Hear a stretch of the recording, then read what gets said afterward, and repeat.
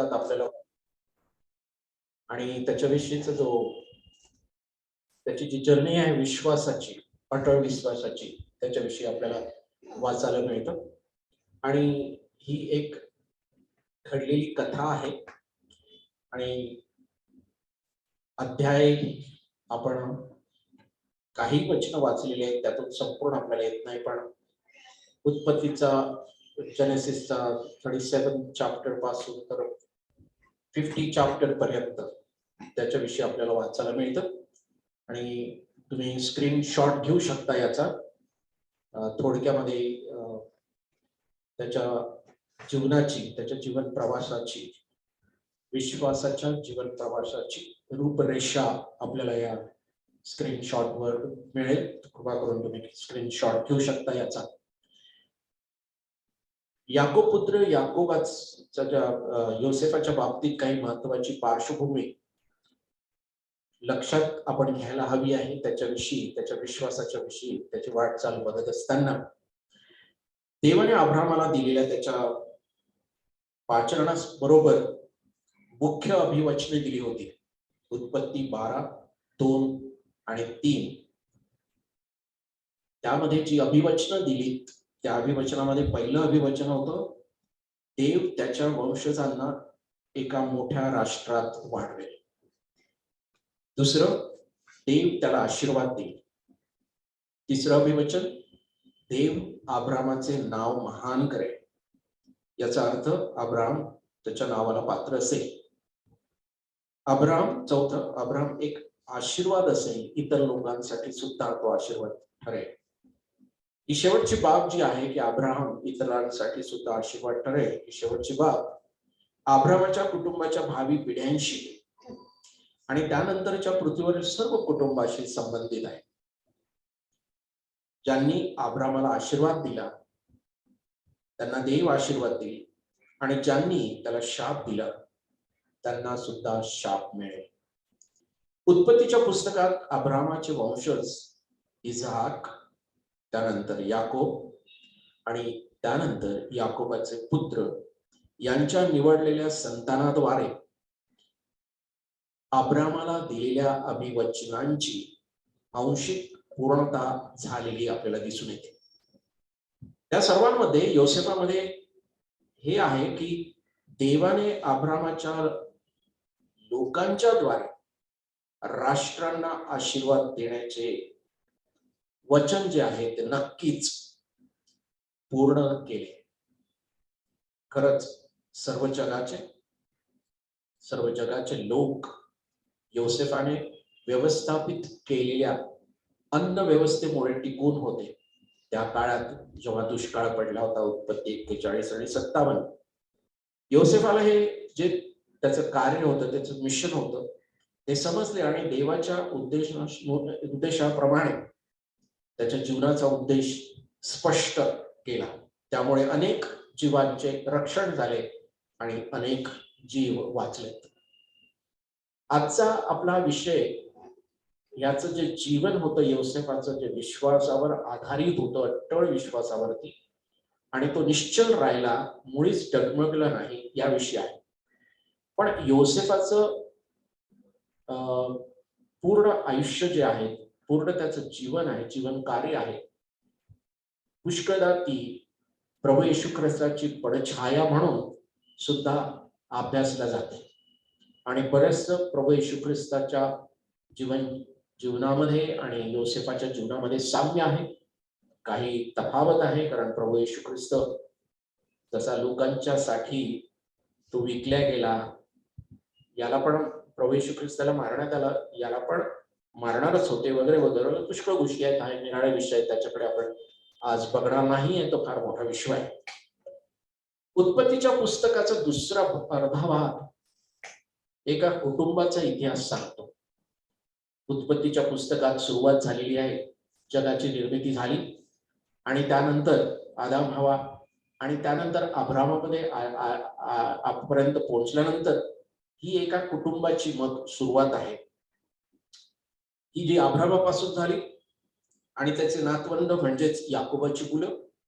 त्या 12 मुलांपैकी एक मूल जास्त प्रकाशात सादर केलेले आहे या अध्यायामध्ये 37 पासून तर 50 पर्यंत उत्पत्तीच्या पुस्तकात. आणि त्याचे नाव दुसरे कोणते नसून हा त्यांचा शेवटून दुसरा मुलगा म्हणजे योसेफ बेन्यामीन हा शेवटचा मुलगा होता. याची गोष्ट फार लोकप्रिय आहे, लोकांना माहित आहे, लहान मुलांना सुद्धा आपण गोष्टी सांगतो. त्यात योसेफाची गोष्ट ही फार प्रसिद्ध आणि प्रचलित आहे. तो त्याच्या वडिलांची आवडती पत्नी राहेल, इंग्रजीमध्ये रेचल म्हटलेला आहे, प्रिय मुलगा होता.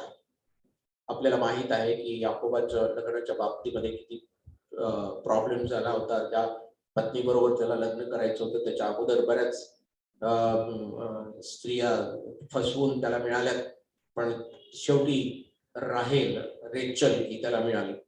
योसेफाला एक सुंदर रंगीत कोट त्याच्या वडिलांनी दिला. तो इजिप्शियन साम्राज्यातील दुसरा सर्वात शक्तिशाली माणूस म्हणून गणला गेला होता. तो बनला. त्याच्या वाडवडिलांच्या त्याच्या वाडवडिलांचा देव जो होता त्याच्यावर त्याचा निस्सीम भक्ती होती, विश्वास होता.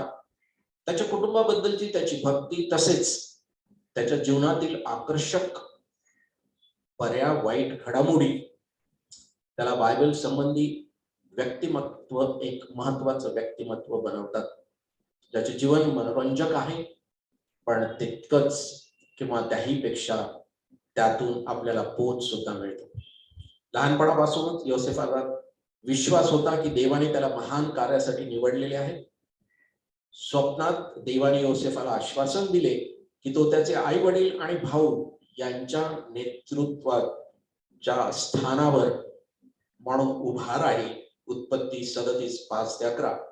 योसेफाच्या दृष्टिकोनातून त्याला पडलेली स्वप्ने त्याच्या स्वतःच्या महत्वाकांक्षाऐवजी दैवी तो आशीर्वाद होता, हा एक पुरावा होता, आणि हे त्याला नंतर कळलेच. परंतु त्याच्या भावाच्या दृष्टिकोनातून ही स्वप्ने त्याच्या वडिलांचा म्हणजे याकोबाचा आवडता मुलगा म्हणून योसेफाने उपभोगलेल्या अन्यायकारक विशेषाधिकाराचे आणखी एक चिन्ह किंवा प्रगटीकरण होतं. उत्पत्ती 37:3-4. आपले किंवा आपलं वर्तणूक किंवा आपली वागणूक योग्य आहे अशी खात्री असल्याने आपण इतरांबरोबर सहानुभूती दाखवण्यापासून मुक्त होत नाही. पुष्कदा आपल्याला वाटतं की माझं म्हणणं बरोबर आहे आणि आपण त्याप्रमाणे वागतो, पण आपलं म्हणणं पटवून देत असताना इतरांच्या मतावर आपण त्यांची पायमल्ली करू नये, ही सुद्धा आपली खात्री असावी. आणि त्याने हे आपल्या जीवनामध्ये सिद्ध केलं. जरी त्याच्या भावांना वाटत होतं की त्यांचं मत बरोबर आहे, त्याप्रमाणे ते वागले, पण त्यांच्या भावाबरोबर सहानुभूतीने ते वागले नाही. योसेफाला अपयश आलं या बाबतीमध्ये. आपल्या भावांना तो समजू शकला नाही. त्याला कळलं नाही की हे लोक का असं करतात म्हणून. सुरुवातीला त्याच्या विरुद्ध खुनाचा त्यांनी कट रचला. त्याच्या भावांनी त्याला कनान मार्गे इजिप्तला माल घेऊन जाणाऱ्या व्यापाऱ्यांना म्हणजेच काफिलाला विकण्याचे ठरवले, आणि व्यापाऱ्यांनी बदल्यात योसेफाला इजिप्तमध्ये रक्षकांचा कर्णधार पोटिफराला विकले, जो इजिप्तमध्ये फारोचा अधिकारी होता. उत्पत्ती 37:36-39-1. ही पार्श्वभूमी आपल्या इथपर्यंत आपण बघितल्यानंतर योसेफाचा जो विश्वासाचा जीवन प्रवास आहे त्याच्यावर आपण लक्ष केंद्रित करूया. The life of faith of Joseph, or a journey of faith of Joseph. योसेफ, पहिली गोष्ट त्यामध्ये आपण ही बघतो, योसेफ आज्ञाधारक होता. तो आज्ञाधारक मुलगा माता पित्यासाठी आणि त्याही पेक्षा अधिक देवासाठी तो विश्वासूपणे आज्ञाधारक होता. पवित्र शास्त्रामध्ये ही आज्ञा आपल्याला वाचायला मिळते, तो आपला बाप आणि आपली आई यांचा सन्मान कर. आणि हे बाळकडू त्याला अगोदरच पाजण्यात आलं होतं, आणि म्हणून योसेफाने आपल्या वडिलांच्या आज्ञामध्ये तो वाढला. आज्ञेचं त्याने पालन केलं. योसेफ याला त्याच्या वडिलांनी त्याच्या भावांकडे पाठवलं. वास्तविक योसेफाला गुरे चारण्यासाठी त्याने पाठवलं नाही, कारण तो आवडता मुलगा होता कदाचित, पण तो कधीही रानामध्ये गेला नाही. तरीही जेव्हा भावांची काळजी, आपल्या मुलांची काळजी याकोबाला होती, तेव्हा योसेफाला त्याने सांगितलं की त्यांच्यासाठी जेवण घेऊन जा. आणि योसेफ त्याने आज्ञा मान्य केली. आणि जरी तो गेला नव्हता कधी बाहेर अशा प्रवासाला, तरी बऱ्याच लांबच्या प्रवासाला काही मैल तो चालून गेला. आणि ज्या ठिकाणी ते होते त्या ठिकाणी तिथून ते निघून गेले होते अजून 12 मैलाच्या अंतरावरती. आणि म्हणून तो तिथंच थांबला नाही. एखादा मुलगा असता तर तिथपर्यंतच आज्ञा पाळली असती की अमुक अमुक ठिकाणी जायचं. ते दिसले नाहीत म्हणून तो काही परत आला नाही. त्याने त्यांचा मागोवा घेतला आणि ते कुठं आहेत तिथपर्यंत तो गेला आणि त्यांना त्याने जेवण दिलं. जेव्हा योसेफला त्यांनी बघितलं आणि त्या भावांना तो सापडला, म्हणजे दोथान या ठिकाणी शोधत शोधत तो आला. त्याचं प्रेम, त्याची काळजी, त्याचे भाऊ लोक जरी त्याचा विरोध आणि राग करत असत, तरी देवाची आज्ञा, आई वडिलांच्या आज्ञेत राहिलेला आहे हा मुलगा. तो आपल्या अन्न घेऊन तिथपर्यंत पोहोचला. ही एक कौतुकाची बाब आहे. आजकालची मुलं जेव्हा आई वडील काही करायला सांगतात तेव्हा पुष्कळदा कंटाळा करतात किंवा करत सुद्धा नाही. पण हा योसेफ अल्पवयापासून आज्ञाधारक होता. दुसरी गोष्ट योसेफाच्या विषयी आपण बघतो, त्याने स्वतःची पर्वा न करता केवळ देवाला जे आवडते तेच त्याने केले. He did not, care about the results of whatever he was asked to do. But just to please God, he obeyed. He did everything that would please God. आणि म्हणून पहिली गोष्ट या मुद्द्यामध्ये आपण हे बघतो की तो पोटिफराच्या घराचा कारभारी झाला. याला विकून देण्यात आलं. पोटिफराच्या घरापर्यंत तो पोहोचला. त्याच्यासाठी ट्रान्झॅक्शन होता होता त्याला विकता. आणि आपल्याला हे पण माहित आहे की त्या ठिकाणी पोटिफराच्या घरी, त्या ठिकाणी जो फॉरोचा गार्ड होता आणि जी काही त्याची हायेस्ट पोझिशन होती त्या ठिकाणी, ती सुद्धा त्याला मिळाली. पण याला बऱ्याच कठीण प्रसंगाला तोंड द्यावं लागलं. आणि आत्ताच आपण वाचलं पहिल्या शास्त्र पाठामध्ये 47व्या अध्यायाच्या, त्यामध्ये असं म्हटलेलं आहे की योसेफ देखणा होता. योसेफ दिसायला चांगला होता. सर्वांना वाटतं की आपण चांगलं दिसावं, त्याच्यासाठी सर्व लोक प्रयत्नशील असतात. आणि सध्या पुष्कळ उपलब्ध आहे आपल्याला तरुण आणि देखणं प्रेझेंट करण्यासाठी पुष्कळ गोष्टी आहेत. पण योसेफाच्या बाबतीमध्ये आणि त्या काळामध्ये असल्या काही गोष्टी, उपकरणं काही उपलब्ध नव्हती. तो निसर्गानेच, की देवाच्या कृपेनेच तो देखणा होता. आणि तो देखणा असल्यामुळे पोटिफराच्या बायकोचं लक्ष किंवा वाकडी नजर त्याच्यावर पडली. आणि आपल्याला माहित आहे त्याच्याविषयी की तिने त्याला वश करण्याचा बरेचदा प्रयत्न केला. आणि एकदा तिने त्याला पकडलं आणि आपल्याला माहित आहे की त्याने नाही म्हटलं. आणि त्याने सांगितलं की माझ्या हातामध्ये पोटिफराने सर्व काही दिलेलं आहे, तुला सोडून. तो सर्व काही अधिकार त्याने दिलेला आहे, पण तुला सोडून. आणि हे असल्या प्रकारचं हीन काम मी करू शकणार नाही. आणि तो तिथून पळून गेला. त्याने हे म्हटलं की हे देवाच्या विरुद्ध पाप आहे आणि मी ते करणार नाही. त्याने हे पण म्हटलं की हे पोटिफराची तू पत्नी आहे, त्याच्या विरुद्ध हे पाप आहे, मी ते करणार नाही. आणि प्रत्येक पाप हे प्राथमिकरित्या मूळतः देवाच्या विरुद्ध आहे. आणि ते पाप, कारण प्रत्येक पाप, प्रत्येक आज्ञाभंग देवाच्या विरुद्ध आहे आणि अर्थातच इतरांच्या पुष्कळशाच्या नाशाचं कारण हे ठरू शकतं. तेव्हा एवढी मोठी वाईट गोष्ट मी काही होऊ देणार नाही, करणार नाही, कारण ही देवाच्या विरुद्ध आहे असं त्याने स्पष्ट तिला सांगितलं. योसेफाला माहित होतं की पोटिफरच्या विरुद्ध पाप करणे चुकीचे होते, कारण ते त्याच्या विश्वासात बसत नव्हते. 10 आज्ञा त्याला माहित होत्या. 10 आज्ञा जरी नंतर देण्यात आलेल्या तरी देवाविषयीचं ज्ञान त्याला माहित होतं.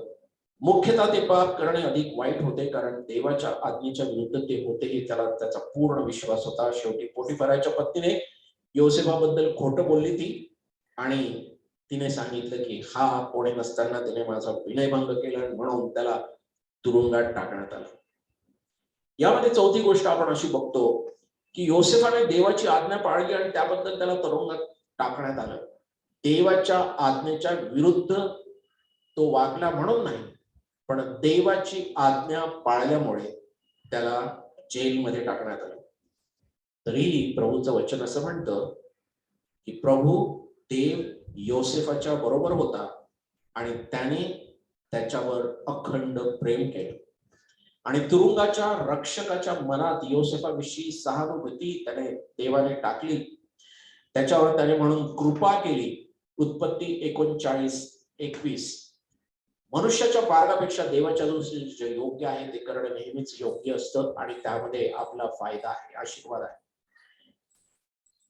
जरी नकारात्मक परिणाम कदाचित आपल्याला वेळोवेळी भोगावे लागतात आणि भोगावे नक्कीच लागतात, तरी योसेफाप्रमाणेच देव त्याच्यावर प्रीती करणाऱ्यावर व त्याची आज्ञा पाळणाऱ्यांची काळजी घेतो. मग ते जेलमध्ये असो की जेलच्या बाहेर असो.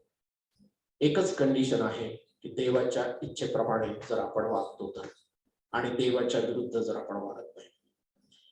तिसरी गोष्ट योसेफाच्या विश्वासाच्या बाबतीमध्ये आपण ही बघतो की देवाच्या मार्गदर्शनावर विसंबून राहिल्यामुळे योसेफाला भविष्यासाठी तयार होण्यासाठी फार मदत झाली. Relying on God's guidance certainly helped Joseph to prepare for his future career, future responsibility. त्याला जेव्हा तुरुंगात टाकण्यात आलं त्या ठिकाणी सुद्धा वाईटातून चांगलं काहीतरी निर्माण झालं. आणि पुष्कळदा एखादी गोष्ट वाईट आपल्या जीवनामध्ये घडते तेव्हा ती आपल्याला वाईट वाटते, पण त्यातून देव काहीतरी आपल्यासाठी चांगलं निष्पन्न करतो असाही अनुभव पुष्कळ आपल्या लोकांना नक्कीच आलेला असेल. राजाचा प्याले परदार जो होता आणि आचारी या दोघांना स्वप्न पडलीत आणि या दोघांच्या स्वप्नाचा अर्थ त्याने व्यवस्थित सांगितला. घर सोडण्याच्या अगोदर त्याच्या भावांना सुद्धा त्याने स्वतःला जी स्वप्न पडली होती त्याचा अर्थ सांगितला, ज्याच्यामुळे भावांचा जळफळाट झाला आणि ते अधिक राग करायला लागले. एक तर तो किरमिजी रंगाचा छागा त्याला मिळाला होता आणि त्यानंतर ही स्वप्न त्याने अर्थ सांगितला की ज्याच्यामुळे तो एक नेतृत्व करणारा एक मोठा राजा, त्याला ते सर्व लोक नमन करणार, आई वडील आणि सर्व भाऊ सुद्धा नमन करणार, हा अर्थ त्याने सांगितला होता. आणि आता त्याने जेलमध्ये असताना सुद्धा अर्थ सांगितला. त्याच्या संपूर्ण आयुष्यात देवाने योसेफाला स्वप्नाचा अर्थ लावण्याची एक क्षमता दिली होती. पुष्कळदा आपण म्हणतो की सकाळी सकाळी जे स्वप्न पडतात ते खरे असतात. बरेच लोक स्वप्नावर अर्थ विश्वास ठेवून त्याचा अर्थ लावतात आणि त्याप्रमाणे कदाचित वागतात. खरं खोटं हे मला माहित नाही, पण या बाबतीमध्ये मात्र योसेफाच्या बाबतीमध्ये जी त्याला स्वप्न पडली ती खरी होती आणि त्याचा अर्थ तो सांगू शकत होता. इतरांना स्वप्न पडली त्याचा सुद्धा अर्थ तो सांगू शकत होता. ही क्षमता देवाने दिलेली आहे. म्हणून तुरुंगात असताना योसेफाने फारोच्या घरातील नोकरांसाठी हे सत्कृत्य केलं, ज्यापैकी एकाला क्षमा करण्यात आली आणि इजिप्शियन नेत्याची सेवा करण्याची त्याला परत संधी मिळाली, पण नंतर दुसऱ्याला मात्र तशी संधी मिळाली नाही, त्याचा शिरच्छेद झाला. पण योसेफाने जो अर्थ सांगितला, अवघ्या मिसर देशात, माफ करा, जो अर्थ सांगितला, ज्या माणसाला जो बॅलेबरदार होता त्याला त्याची नोकरी परत मिळाली, तेव्हा त्याला योसेफाने अशी विनंती केली होती की जेव्हा तू परत जाशील तर माझ्याविषयी तू पोटिफराला सांग, माझं वास्तविक काहीच चुकलेलं नाही, उगाचच मला तुरुंगात टाकण्यात आलेला आहे, आणि माझ्याविषयी तू त्यांना कळव की मी कोण आहे म्हणून, आणि मी तुझ्या स्वप्नाचा अर्थ सांगितलेला आहे. हे पण कदाचित अध्यावृत्तामध्ये आहे. नंतर योसेफाला संधी मिळाली. हा गेला ग्रस्त, पण तो विसरून गेला. त्याला योसेफाची आठवण आली नाही, कारण त्याला त्याची नोकरी मिळाली आणि त्याच्या आनंदात तो खुश होता. त्याला तुरुंगातले सवंगडी, स्वप्न, त्याचा अर्थ सांगणारा माणूस याची काही आठवण झालेली नाही. हा आपला नेहमीचा अनुभव आहे. पण त्या परिस्थितीमध्ये पुष्कळ लोकांची आठवण आपल्याला येते. आपले चांगले दिवस असताना सर्व लोकांचा कदाचित आपल्याला विसर पडू शकतो. ही एक जगाची तऱ्हा आहे आणि याच रीतीप्रमाणे हा ग्रस्त वाढला. पण योसेफाला परत एक चान्स मिळाला. त्याने फारोला पडलेल्या 2 स्वप्नांचा अर्थ सांगितला. त्याने सांगितलंय, पहा, अवघ्या मिसर देशात मोठ्या दुष्काळाची 7 वर्षे येत आहेत, आणि त्यानंतर दुष्काळाची 7 वर्ष, सुकाळाची 7 वर्ष येतील, त्यानंतर दुष्काळाची येतील 7 वर्ष. त्या मिसर देशाला सगळ्या सुकाळाचा विसर पडेल आणि दुष्काळ देशाला नष्ट करेल. पुढे जो दुष्काळ पडणार आहे त्यापूर्वी सुकाळ होता की नव्हता याचं स्मरणही लोकांना राहणार नाही. एवढा भारी तो होणार आहे. हे स्वप्न फारोला 2दा पडले. याचे कारण हेच की देवाने ठरवले आहे की देव ते लवकरच घडून आणणार आहे. आणि या स्वप्नाचा अर्थ सांगण्याची खूप चांगली संधी योसेफाला लाभली.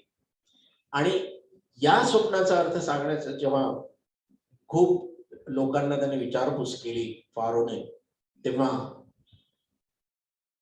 याला आठवलं की अरे, योसेफ आहे, तो तुरुंगात आहे, आणि योसेफाला बोलावण्यात आलं. योसेफाची त्याने सांगितले याच्या स्वप्नाची अर्थ, सुकाळ आणि त्यानंतर दुष्काळ, 7 वर्षाचा सुकाळ, 7 वर्षाचा दुष्काळ, आणि मग योसेफाची अधिकारी म्हणून नेमणूक करण्यात आली. हे कठीण काम करण्यासाठी देवाने योसेफाला बुद्धी दिली आणि मार्गदर्शन मिळवून दिले. सर्व कामासाठी देव आपल्याला मार्गदर्शन करतो, देतो. प्रभू येशू ख्रिस्त स्वतः त्याच्या कामगिरीच्या अगोदर नेहमीच प्रार्थना करायचा आणि देवाला पुष्कळदा तो सर्वांना सोडून बाहेर जायचा. त्याच्या वधस्तंभाच्या अगोदर सुद्धा एदेन बागेमध्ये सुद्धा तो प्रार्थनेमध्ये होता. देवाची शक्ती आणि सहाय्य हे मागण्यासाठी त्याने जरी अशी विनंती केली की हा प्याला माझ्यापासून निघून जा, पण देवाच्या इच्छेत राहण्यासाठी, त्याची इच्छा पूर्ण करण्यासाठी तो प्रार्थनेत होता. योसेफाची अधिकारी म्हणून नेमणूक झाली आणि फारो योसेफाला म्हणाला, मी फारो आहे खरा, पण तुझ्या हुकमाशिवाय अवघ्या मिसर देशात कोणी हात किंवा पाय हलवणार नाही. जो साधारण घरातला एक मुलगा घरातून बाहेर पडला, भावांनी त्याला विकलं म्हणून, ज्याचा हेवा आणि तिटकारा त्यांनी केला, ज्याला विकण्यात आलं आणि गुलाम म्हणून ज्याला विकण्यात आलं, तोच फारो त्याला म्हणतो की मी जरी फारो असलो तरी तुझ्या हुकमाशिवाय अवघ्या मिसर देशात कोणी हात किंवा पाय हलवणार नाही. आणि फारोने योसेफाला काय केलं, त्याचं नाव साफनाथ पानेह असं ठेवलं. इतकंच नाही तर योन येथील याजक पोटिफरा याची मुलगी आसनत ही त्याला बायको करून दिली, आणि योसेफ मिसर देशाचा त्यानंतर दौरा करायला लागला. इतकं मोठं स्थान, तिथल्या राजाचं, सर्व अधिकाराच्या राजाचं एक मोठं स्थान त्याला मिळाले, कारण तो विश्वासात खंबीर होता आज्ञेमध्ये खंबीर होता आणि वितुष्ट परिणाम जरी भोगावे लागले तरी विश्वासापासून तो ढळला नाही. यामुळे इजिप्तमध्ये लोकांना दुष्काळाच्या काळात अन्न मिळालं आणि अन्न खरेदी करण्यासाठी लोक जगभरातून आले. मार्गदर्शन आणि शुद्धतेसाठी परमेश्वरावर विसंबून राहणे हे योसेफाच्या भवितव्यासाठी फार महत्वाचं आणि फायदेशीर पडलं. आणि जर देवावर आपण सुद्धा अवलंबून राहतो तर आपल्याही कार्यक्षेत्रामध्ये आपल्याला लाभ मिळाल्याशिवाय राहणार नाही. चौथी गोष्ट आपण बघतो याच्या जीवनामध्ये, देवाच्या आज्ञेत तो राहत होता, विश्वासात तो होता. आणि म्हणून प्रभू येशू ख्रिस्ताने जे शिक्षण दिलेलं आहे, इतरांना क्षमा करण्यासाठी, शत्रूवर प्रेम करण्यासाठी, हे शिक्षण त्याने स्वतः आपल्या जीवनामध्ये व्यवस्थितरित्या पाळले. प्रभू येशू ख्रिस्ताने म्हटलं 7च्या 70 वेळी क्षमा कर, असं विश्वासणाऱ्यांकडून सुद्धा अपेक्षित आहे, ते आपल्याला सांगितलेलं आहे. Forgiveness should always be extended even after years of injury. कितीतरी वर्षापूर्वी जेव्हा त्याला खड्ड्यात टाकलं, त्याचा राग केला, त्याला विकून टाकलं, तरीही त्याने क्षमा केली. Joseph forgave his brothers who hated him, those who wanted to kill him, those who ultimately sold him and informed his father that he was dead. रक्ताने माखलेल्या तो किरमिजी रंगाचा झगा दाखवून सांगितलं की तुमच्या मुलाचा हा झगा आम्हाला मिळालेला आहे म्हणून. अनेक शतकानंतर येशूजी अपात्र लोकांना कृपा देणार होता याचं पूर्ण पूर्वचित्रण योसेफाच्या या पाप क्षमेमध्ये आपल्याला बघायला मिळते. योसेफाने राग धरला नाही. तयार आणि मोकळ्या हातांनी वाट पाहत ज्यांना क्षमा आवश्यक आहे त्यांनी जी स्वीकारण्यासाठी त्यांना बोलावलं. हे आजच्या आस्तिकांसाठी, विश्वासणाऱ्यांसाठी एक उत्तम उदाहरण आपल्या समोर, एक मॉडेल आहे, जे कदाचित क्षमा देण्यासाठी आणि क्षमा स्वीकारण्यासाठी आज झुंजत आहेत, ज्यांच्या मनामध्ये अजून किलमिश आहे, शल्य आहे, राग आहे इतरांच्यासाठी, आणि अजून क्षमा त्यांच्या हातून घडत नाही, त्यांच्या कृतीत दिसत नाही. त्यांच्यासाठी एक फार ज्वलंत उदाहरण आहे की आपल्या घरच्या लोकांकडून झालेल्या छळाच्या अगदी विरुद्ध वागून त्याने आपल्या भावांना क्षमा केली. क्षमेचं दान 7च्या 70 वेळेस. कदाचित पश्चाताप करणारे लोक आपल्याकडे येऊन क्षमा मागतील आणि आपण क्षमा करणार नाही. कदाचित आपलं म्हणणं असेल की त्यांनी क्षमा करण्यासारखं काही त्यांचं वर्तनच नाही म्हणून आम्ही क्षमा करत नाही. पण योसेफाने मात्र हे स्पष्ट केलं, संयम आणि कृपा या बाबतीत महत्वाची बाब आपल्यासाठी आहे जीवनामध्ये, की देवाने आपल्यासाठी जसं क्षमेचं दार उघड ठेवलं तसंच आपल्या अंतःकरणात क्षमेचं दार इतरांसाठी दिवस रात्र उघड पाहिजे. मग लोकांनी क्षमा मागो, अगर क्षमा न मागो, इतरांना क्षमा करण्याचं हे फार मोठं उदाहरण प्रभू येशू ख्रिस्ताच्या खालोखाल याने केलेलं आपल्याला दिसतं. 5वी गोष्ट आपण बघतो, योसेफाने सत्तेचा गैरवापर केला नाही. त्याच्या विश्वासाने त्याला परवानगी नाही मिळाली त्याचा गैरवापर करण्याचा. पण आजकाल जर आपण बघितलं तर जगामध्ये सत्तेचा गैरवापर करणारी उदाहरणं काही कमी नाही आहेत. मग ख्रिस्ती लोकांच्या बाहेर असलेले लोक सुद्धा, निर्णया प्रकारे महत्वाचे नेतृत्व करणारे लोक, ख्रिस्ती सर्कलमध्ये सुद्धा, ख्रिस्ती मंडळांमध्ये, ख्रिस्ती संस्थांमध्ये, ख्रिस्ती ऑर्गनायझेशन मध्ये सुद्धा सत्तेचा अधिकाराचा गैरवापर करणारे लोक भरपूर आहेत. आणि आज जर ख्रिस्ती संस्था ढासळत आहे, आज जर ख्रिस्ती चर्चेस डिबॅकलच्या परिस्थितीमध्ये आहेत, ढासळलेल्या परिस्थितीत आलेल्या आहेत, आज जर ख्रिस्ती लोक हे अतिशय लुकवॉर्म जीवन जगत आहेत, त्याच्या मागे कारण असं आहे की सत्ता, गर्व, मीपणा ह्या गोष्टी भरपूर प्रमाणामध्ये घुसलेल्या आहेत. पण योसेफाला जो अधिकार मिळाला होता, जी सत्ता मिळाली होती इजिप्तमध्ये, पूर्ण इजिप्तमध्ये राजाच्या खालोखाल नाही पण राजाच्याच तोडीची जागा त्याला मिळाली होती. कितीतरी मोठी सत्ता आहे. आणि ही सत्ता मिळाल्यानंतर जगाच्या चालीरीतीप्रमाणे त्याचे भाऊ घाबरत होते त्याच्या समोर येण्यासाठी. जेव्हा त्यांना कळलं की हा योसेफ तोच आहे ज्याला त्यांनी विकलं, वास्तविक त्याला मारूनच त्यांना टाकायचं होतं, की तो आता मस्त उट्टा काढणार आहे म्हणून, आपला वचपा घेणार आहे, काढणार आहे म्हणून असं त्यांना वाटत होतं, कारण ही जगाची रीत आहे.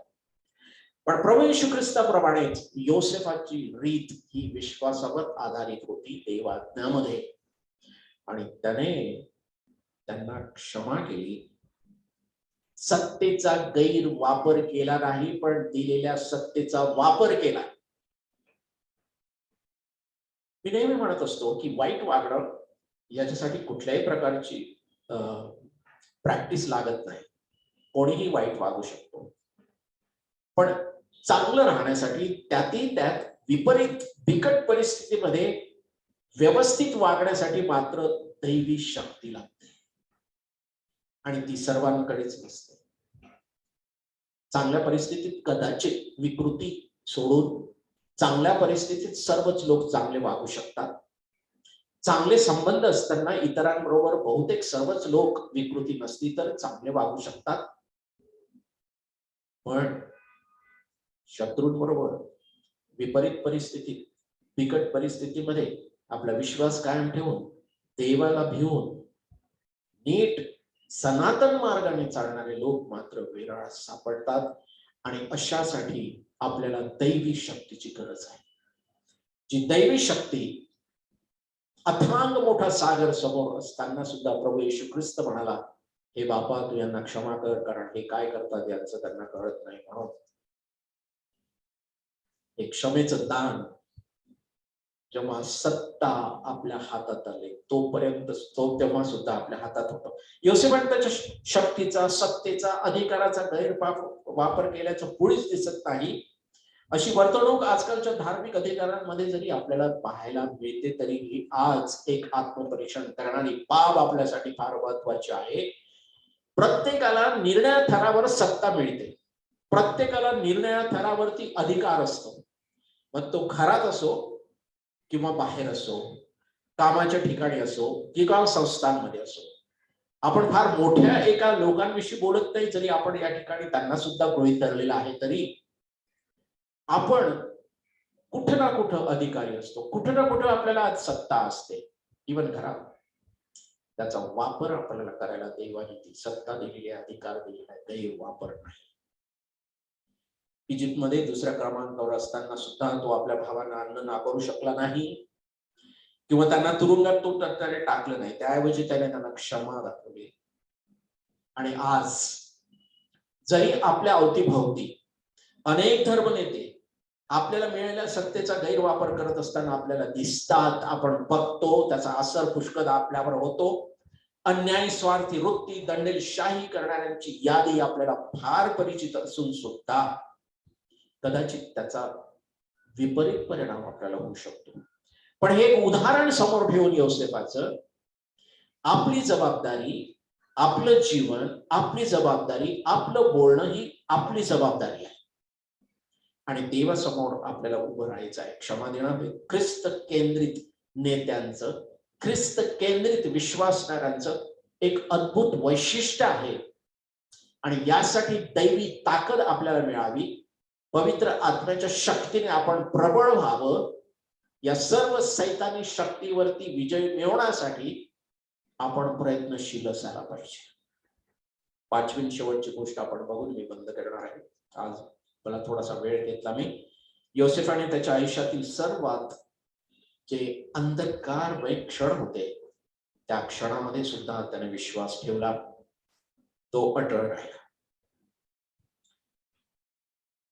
आपण आताच बघितलेलं आहे की त्याच्या जीवनाच्या प्रत्येक टप्प्यामध्ये जेव्हा जेव्हा त्याच्यावर संकट आलं, बिकट परिस्थिती आली, मग भावांचा राग असो, तुरुंग असो, किंवा ज्या नोकराच्या स्वप्नाचा अर्थ त्याने सांगितलेला तो असो, त्याने विश्वास तुरुंगामध्ये सुद्धा, बिकट परिस्थितीमध्ये सुद्धा, खोटे नाटे आळ त्याच्यावर आल्यावर सुद्धा तो विश्वासापासून ठरला नाही.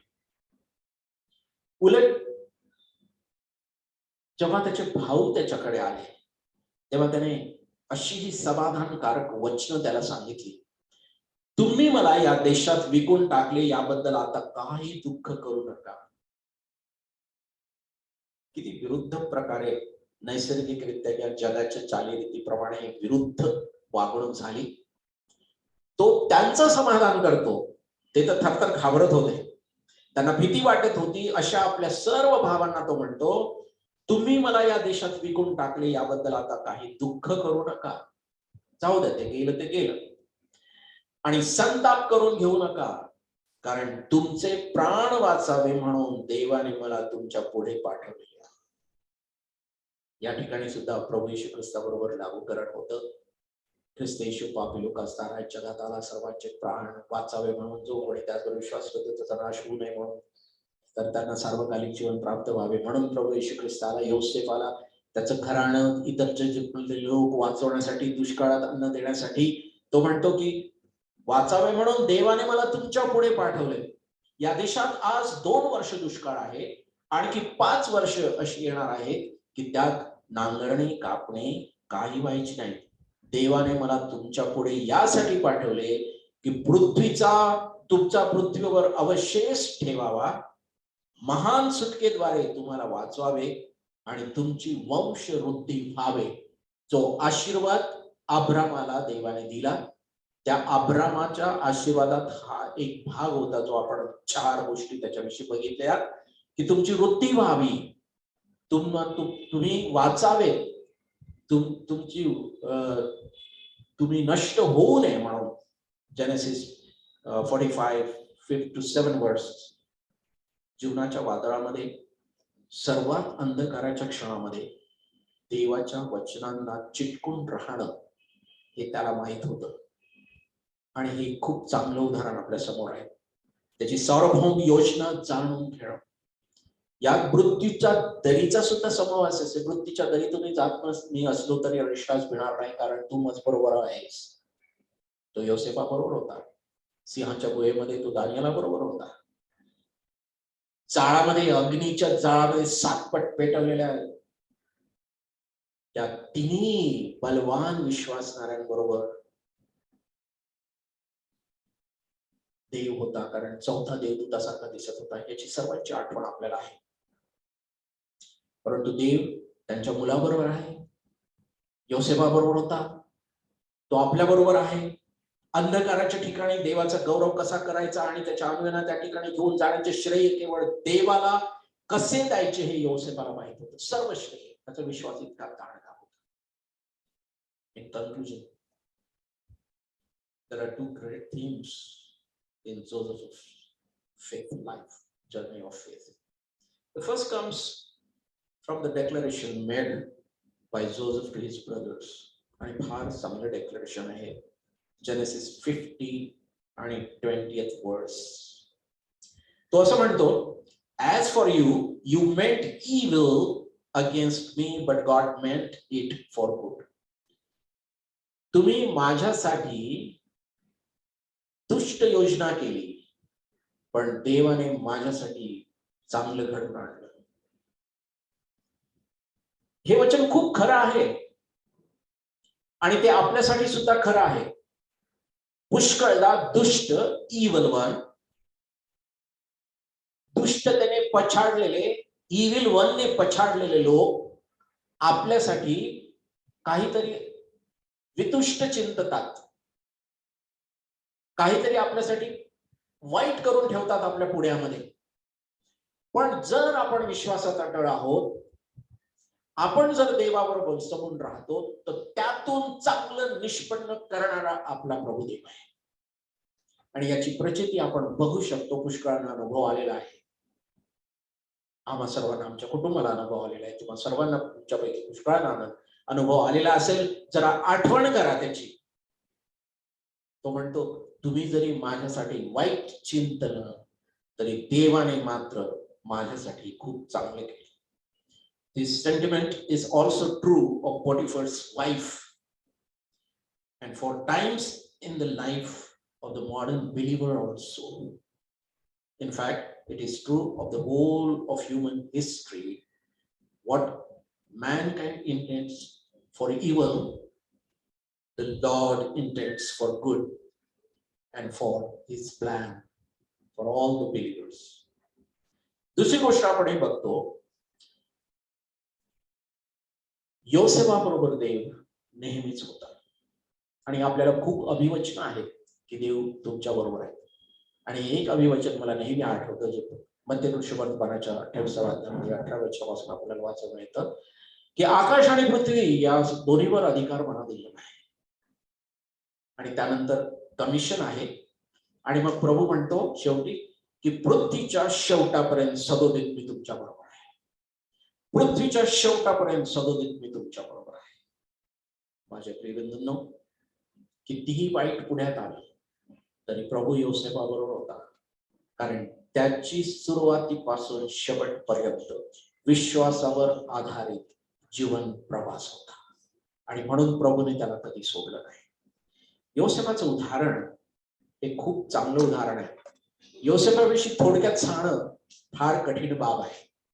37 अध्याय उत्पत्तीच्या पुस्तकाचा तर 50 पर्यंत जसा तुम्हाला वेळ मिळेल तसा वाचा. आशीर्वादाने आपलं जीवन नक्कीच भरपूर होईल. आपण प्रार्थना करूया. आमच्या पवित्र आणि थोर संदेश परमेश्वरा, तुझ्या वचनाबद्दल आम्ही तुझे मनापासून उपकार मानतो. आणि आमचा जीवनाचा प्रवास विश्वासावर आधारित असावा असं तू दैनिक कृपेने करून आण. इतकंच केवळ नव्हे तर सर्व परिस्थितीत तू आमच्या बरोबर आहे. किती वाईट विश्वासासाठी झालं तरी त्यातून चांगलं तू निष्पन्न करणारा देव आहे. या सत्यावर विश्वास ठेवून आमच्या जीवनाची वाटचाल करण्यासाठी तुझ्या पवित्र आत्म्याचं सामर्थ्य आणि प्राबल्य आम्हा सर्वांना दे. येशू आमच्या नारायणाच्या नावाची प्रार्थना माहिती म्हणून तू स्वीकार.